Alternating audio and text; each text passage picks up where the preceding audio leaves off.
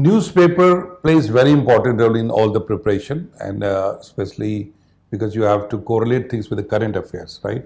But for students, normally it becomes difficult to find out what is relevant in newspaper and what is not relevant in that way. So with your experience, what will you like to suggest how to read a newspaper?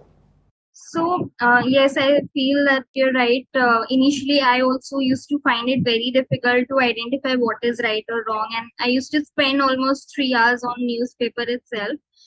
So, I feel that first of all, as I said, identify the syllabus. I identify all the topics which are there in, let's say, the 4 GS papers or the optional papers, and then try to map those topics with the syllabus news. So if there is a maybe a news coming on international relations, try to map it to the GS2 topic where that news can actually fit in, and then leave everything else. So definitely we know there are many things which can be left in the entire newspaper, be it politics or if it is about, let's say, sports also.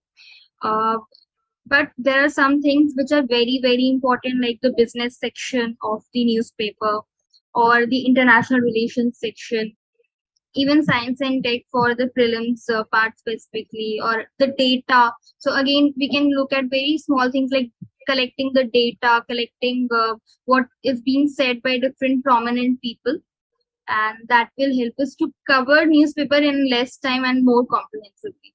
So what comes from your communication is that the syllabus, all the segments of syllabus, if you are clear about it, then you can correlate it well and identify what is relevant for and not relevant for you.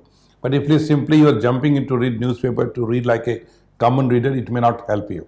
So keeping eye on the previous year questions and also on the syllabus, the phrases and the words which have been used in different segments, that can help you a lot, right?